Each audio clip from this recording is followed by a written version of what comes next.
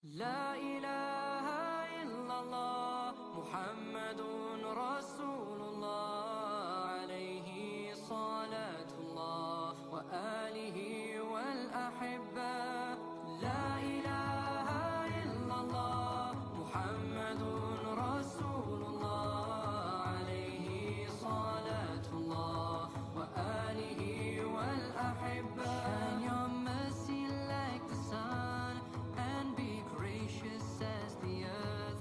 Let your kindness come like rain that cares not whom it falls upon. And let ocean deep your wisdom be, your heart a lantern spreading peace. Give yourself in love of him, be like Al-Habib.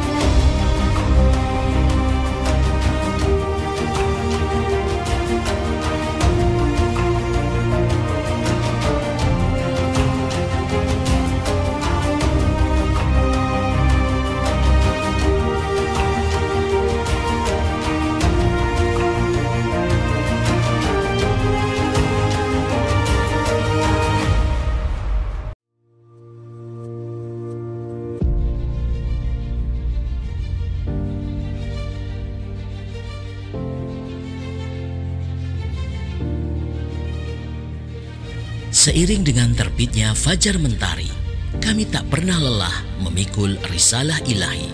Kami jelajahi Nusantara, mengetuk pintu-pintu masjid, membersamai para jamaah Jum'ah, menyibak segala peristiwa yang syarat dengan polusi kemunafikan yang beredar telanjang bulat di depan mata. Jari jemari kami terus mengalir merekam semua peristiwa. Kami hadirkan solusi cemerlang yang bersumber dari ideologi Islam kafah dalam sebuah media buletin dakwah kafah yang terbit setiap hari Jumat. Sebuah buletin yang inspiratif, ideologis, mengupas berbagai persoalan dari sudut pandang Islam, menambah romansa keberkahan di hari Jumat Anda. Selamat menyaksikan bedah buletin dakwah kafah bersama saya, Indra Fahrudin, Direktur Rumah Inspirasi Perubahan, hanya di YouTube channel Rumah Inspirasi Perubahan. Bismillahirrahmanirrahim. Assalamualaikum warahmatullahi wabarakatuh.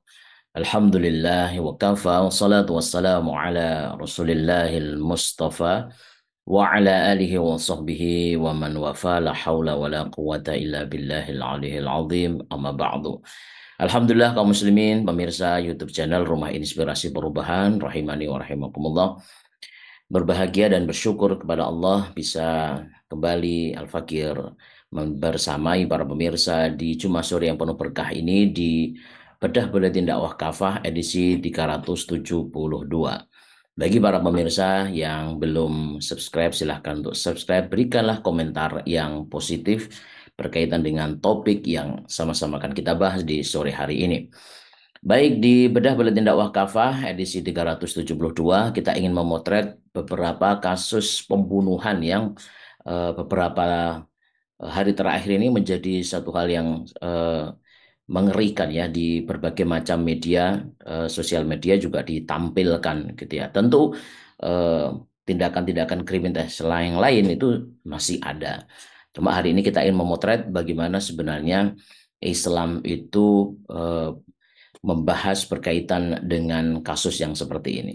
Baik, Buletin Dakwah Kafah edisi 372 mengambil topik wajib memelihara jiwa manusia. Sebagaimana disampaikan tadi, kita akan bicara tentang kriminalitas berkaitan dengan pembunuhan. Di Indonesia, benar-benar sekarang ini menghadapi krisis keamanan jiwa yang betul-betul bisa kita katakan semakin serius.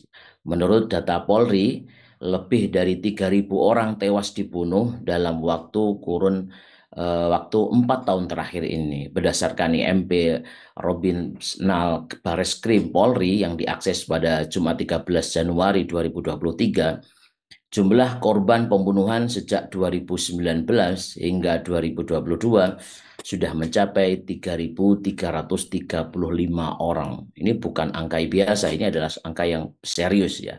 Dan sebagian korban itu adalah memang laki-laki. Motif pembunuhan pun tentu sangat beragam, mulai dari perampokan hingga masalah hubungan asmara. Yang ironis bahwa kasus pembunuhan warga ini juga melibatkan oknum aparat keamanan yang seharusnya menjadi pelindung dan pengayom masyarakat. Dalam beberapa tahun terakhir terjadi peningkatan insiden penembakan atau pembunuhan oleh oknum aparat kepolisian terhadap warga sipil. Yang terakhir kita juga lihat ada kasus penembakan siswa di SMK di Semarang, yang baru juga pembunuhan dilakukan oleh seorang oknum polisi terhadap ibu kandungnya di Bogor, di mana pelaku ini memukul korban dengan menggunakan tabung gas 3 kg. Dan juga ada seorang remaja 14 tahun yang kemarin membunuh ayah dan neneknya, yang nyaris sebenarnya ibunya juga menjadi korban tapi bisa diselamatkan. Dan baru saja kita juga lihat di Kediri ada satu keluarga bahkan itu nyaris semuanya itu tewas dibunuh. Tentu masih banyak rangkaian lagi gitu ya. Nah, kalau kita lihat juga dalam satu data, setiap tahun ada 600 kasus ya penembakan oleh oknum aparat kepolisian. Sayangnya sekitar 80% dari kasus tersebut tidak jelas kelanjutannya bagaimana. Nah, pemirsa, dari semuanya ini menunjukkan bahwa eh, ada indikasi yang kuat ya, kegagalan negara dalam menciptakan rasa aman bagi warga negaranya.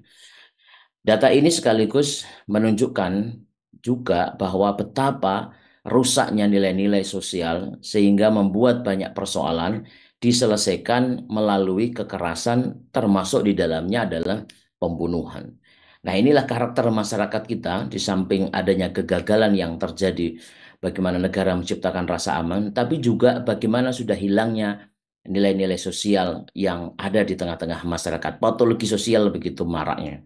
Nah, inilah yang akan eh, menghantarkan kita pada pembahasan yang pertama, yaitu pembunuhan merupakan dosa besar.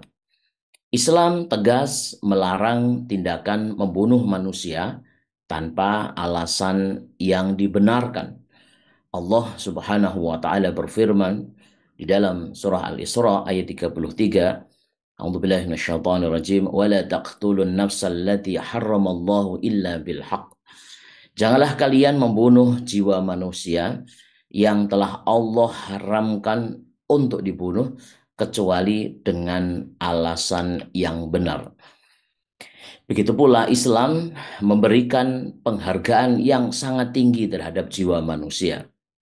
Karena itu Islam memandang bahwa pembunuhan satu jiwa manusia tanpa hak itu sama dengan membunuh manusia seluruh, atau sama dengan membunuh seluruh manusia. Hal ini Allah Subhanahu wa taala berfirman di dalam surah Al-Maidah ayat 32, "Wa man qatala nafsan bighairi nafsin aw fasadin fil ardi faka'annama qatala an-nasa jami'a." Siapa saja yang membunuh satu jiwa bukan karena dia itu membunuh jiwa yang lain atau bukan karena dia melakukan kerusakan di muka bumi, maka seakan-akan dia membunuh semua manusia. Bahkan di dalam Islam, jangankan membunuh, Sekadar menakut-nakuti orang lain saja yang hal itu dapat membahayakan jiwanya, itu adalah tindakan yang dilarang. Sebagaimana hadis Rasulullah sallallahu alaihi wasallam, la yahillu lil la yahillu li muslimin ayyurawwi'a musliman. Tidak halal bagi seorang muslim menakut-nakuti muslim lainnya. Hadis riwayat Abu Dawud dan Imam Ahmad. Nah, di dalam kasus pembunuhan, dalam konteks ini membunuh manusia tentu bukanlah satu hal yang sepele, tapi merupakan perkara yang besar dalam Islam. Rasulullah Sallallahu Alaihi Wasallam bersabda, "La zawalu dunya ahwanu 'ala Allahi min qatli rajulin muslim."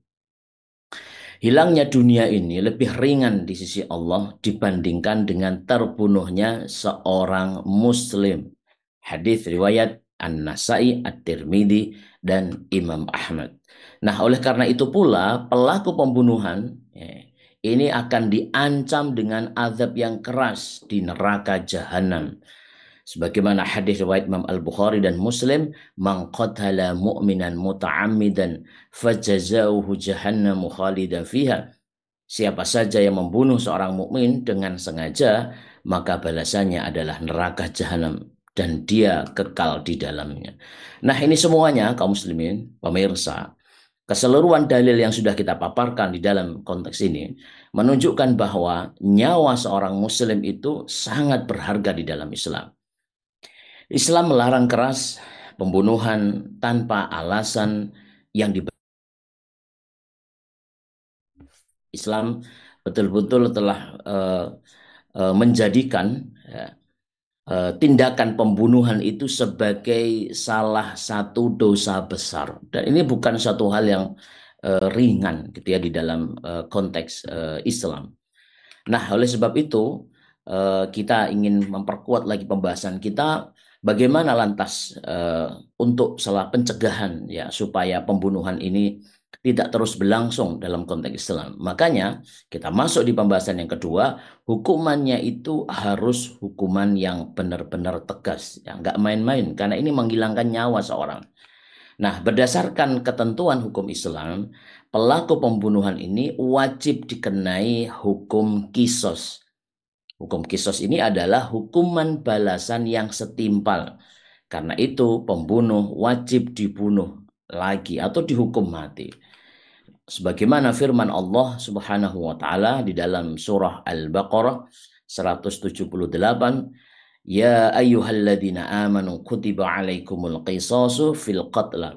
Wahai orang yang beriman, telah diwajibkan atas kalian hukum kisos berkenaan dengan orang-orang yang dibunuh.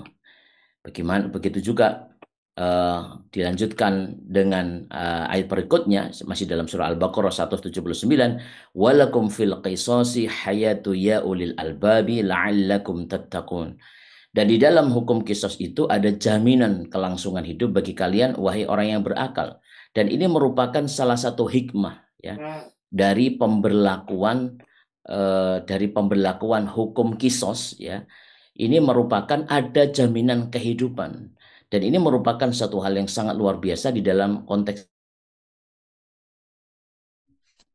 menegaskannya itu di dalam Al-Quran dalam surah Al-Baqarah 179.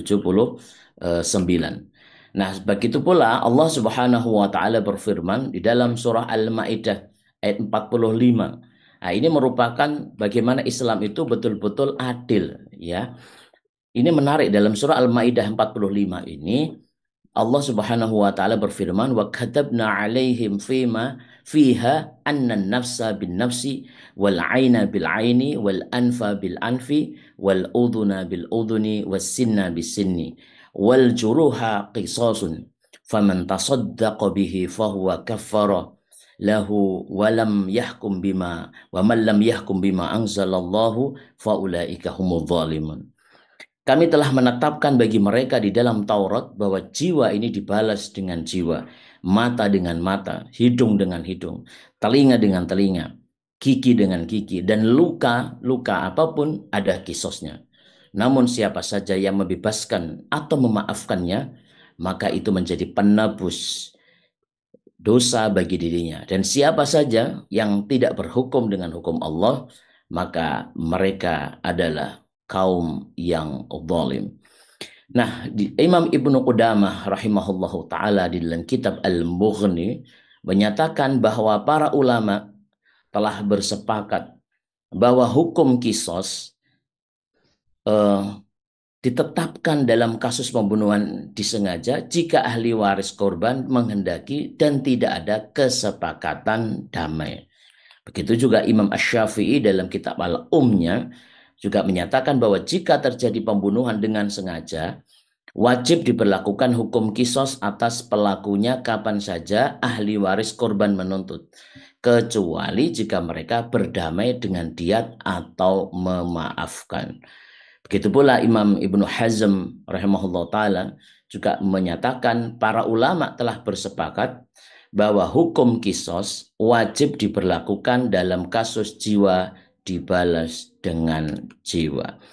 Lah ini semakin jelas ya bagaimana aturan Islam itu rinci ya bahwa hukuman ini supaya apa? Supaya tidak ada tindakan-tindakan yang lain, harus menimbulkan yang namanya efek jerah. Sedangkan hukum sekarang ini, kenapa kasus pembunuhan terus berlangsung? Ini semata-mata karena memang tidak ada efek jerah dari uh, perilaku pembunuhan tersebut. Oh, dalam Islam benar-benar hukum kisos ini ditegakkan, maka sebagaimana firman Allah tadi, disitulah justru ada kehidupan, ada jaminan kehidupan yang akan tercipta di tengah-tengah masyarakat karena ketegasan hukum yang diberlakukan oleh negara. Oleh sebab itu, dalam konteks mencegahan memelihara jiwa dalam Islam ini tidak bisa harus membutuhkan tanggung jawab negara. Itulah menjadi pembahasan kita, yaitu chapter yang ketiga, tanggung jawab negara menjadi satu hal yang tidak bisa dilepaskan. Nah, di dalam Islam, negara termasuk di dalamnya tentu adalah aparat keamanan, wajib untuk melindungi dan mengayomi masyarakat. Sebagaimana firman Allah Subhanahu wa taala dalam surah Al-Maidah ayat 2, "Wa ta'awanu 'alal birri wat taqwa wa la ta'awanu 'alal itsmi wal 'udwan." Tolong menolonglah kalian dalam mengerjakan kebajikan dan ketakwaan dan jangan tolong menolong dalam berbuat dosa dan pelanggaran. Nah, berdasarkan ayat ini, siapapun apalagi penguasa termasuk aparat keamanan, berkewajiban menjaga keamanan dan juga membantu masyarakat dalam kebaikan seperti melindungi hak-hak mereka dan mencegah pelanggaran. Rasulullah Shallallahu Alaihi Wasallam bersabda, "Al-imamu ra'in wa huwa mas'ulun an ra'iyatihi." Seorang pemimpin atau kepala negara adalah pengurus rakyat dan dia akan bertanggung jawab atas rakyat yang akan dia urus. Nanti dia akan ditanya oleh Allah Subhanahu wa taala. Hadis riwayat Imam Al-Bukhari dan Imam Muslim. Dan juga berkaitan dengan itu Imam Al-Mawardi rahimahullah taala dalam kitab Al-Ahkam Sultaniyah menjelaskan bahwa di antara kewajiban terpenting seorang pemimpin atau kepala negara adalah mengangkat para pejabat yang bertugas mengurus urusan rakyat dan juga menjaga hak-hak mereka. Imam An-Nawawi di dalam kitab Raudhatul Talibin, beliau juga menjelaskan bahwa wajib bagi pemimpin untuk melindungi masyarakat, membela mereka, serta menjaga harta dan hak-hak mereka. Imam Ibnu Khaldun di dalam kitab Muqaddimah juga menjelaskan menekankan pentingnya fungsi keamanan dalam pemerintahan. Beliau menyatakan bahwa menjaga ketertiban dan keamanan adalah salah satu ketertiban dan keamanan dan atau salah satu tujuan terbesar dari kekuasaan itu. Jadi hampir semuanya memiliki pendapat-pendapat yang sama ya bagaimana pentingnya menjaga ketertiban keamanan dan itulah fungsinya keberadaan negara itu dihadirkan di dalam Islam. Maka tugas dan kewajiban negara pemirsa termasuk aparat keamanan untuk melindungi dan mengayomi masyarakat. Hal ini didasarkan pada prinsip Islam yang menekankan pentingnya menjaga hak. keamanan, dan juga ketentraman masyarakat. Semua ini merupakan bagian integral dari tugas pemerintahan Islam, yaitu khilafah Islam. Nah, yang terakhir kita ingin menekankan pentingnya khilafah dalam mencegah salah satunya atau memelihara jiwa manusia.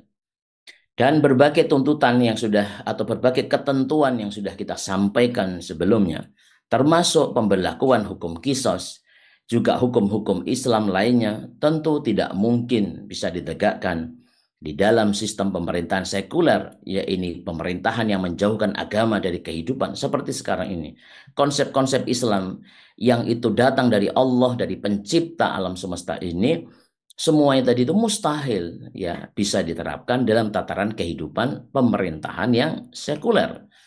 Dan hukum-hukum Islam secara keseluruhan termasuk di dalamnya hukum qisas hanya dapat diterapkan sepenuhnya di bawah naungan sistem pemerintahan Islam, yaitu khilafah Islam.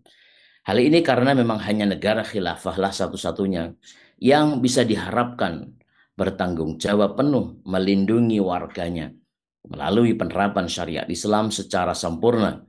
Negara khilafah akan selalu memastikan rasa aman, mencegah penyimpangan sosial, dan menindak tegas setiap adanya pelanggaran. Nah, dengan begitu, perlindungan nyawa manusia terjamin secara komprehensif di dalam negara khilafah yang menerapkan syariat Islam secara kafah. Dan kenyataan ini pemirsa bukan sekedar isapan jempol semata, tetapi telah dibuktikan dalam sejarah kekhilafan Islam selama berabad-abad. Beberapa ahli Barat bahkan memberikan pandangan yang positif mengenai keamanan dan stabilitas yang tercipta di bawah naungan khilafah Islam ini. Terutama adalah ketika mereka membandingkan khilafah dengan kondisi pemerintahan lain dalam lintasan sejarah. Kita bisa mengambil contoh, misalkan menurut Montgomery Watts, ya, seorang orientalis terkenal dalam bukunya Islamic Political Thought yang ditulis tahun 1968. Ia memuji keadilan dan pelindungan terhadap hak manusia yang diterapkan dalam kekhilafan Islam. Dia mencatat bahwa pada masa kekhilafahan, jangankan umat Islam, bahkan orang-orang non-muslim yang hidup di bawah pemerintahan Islam pun dilindungi melalui sistem zimmah yang memungkinkan mereka untuk menjalani kehidupan mereka tanpa ancaman atau diskriminasi. Masya Allah. Yang terakhir di dalam lembar hikmah, Buletin Dakwah Kafah edisi 372, Rasulullah Sallallahu Alaihi Wasallam bersabda, La yahillu damu mri'im mil muslimin illa bi ihda thalathin. Al-thayyibu zani, wal nafsu bin nafsi, wa tariku lidinihi al-mufariqu lil jama'at. Tidak halal atau ditumpahkan darah seorang muslim kecuali karena salah satu dari tiga sebab. Yang pertama, pezina yang telah menikah. Yang kedua, jiwa dibalas dengan jiwa, yakni kisos. Dan yang ketiga, yang meninggalkan agamanya, yakni murtad, dan memisahkan diri dari jamaah. Hadis riwayat Al-Bukhari dan Imam Muslim. Masya Allah. Demikian indahnya ya konsep Islam bagaimana memelihara jiwa manusia. Hanya Islam yang mampu memberikan jaminan memelihara kehidupan, salah satunya adalah jiwa manusia. Karena memang pemirsa, Allah ini melalui aturan syariat Allah ini, salah satu maqasidus syariah, salah satu tujuan syariat itu adalah khifdun nafsi, menjaga jiwa manusia, sehingga Allah menurunkan seperangkat aturan berkaitan untuk mencegah sebenarnya bagaimana supaya tidak terjadi pembunuhan, supaya betul-betul terwujud penjagaan terhadap jiwa. Dan Islam juga memberikan salah satu pencegahan apabila sudah terjadi, maka harus ada hukuman yang tegas, dan hukumannya tidak main-main, harus tegas, karena ini persoalan menghilangkan nyawa seseorang. Bukan hanya menghadirkan keadilan ya, bagi korban atau keluarga korban, tetapi juga akan mampu mewujudkan satu tatanan masyarakat yang mereka nanti itu terjaga. Kalau pembunuhan itu hukumannya dengan sangat tegas diperlakukan oleh negara, maka orang akan berpikir sekian kali untuk melakukan aktivitas pembunuhan dengan berbagai macam motifnya. Apalagi ketika masyarakat itu diancam oleh Allah bahwa pembunuhan itu adalah dosa besar. Maka dalam kerangka inilah sekali lagi kita membutuhkan satu tata kelola sistem pemerintahan yang mampu mewujudkan ketakwaan di tengah-tengah masyarakat dan juga negara yang mampu mewujudkan itu semuanya sehingga masyarakat ini betul-betul sehat, masyarakat ini betul-betul tertib, masyarakat ini tidak rusak.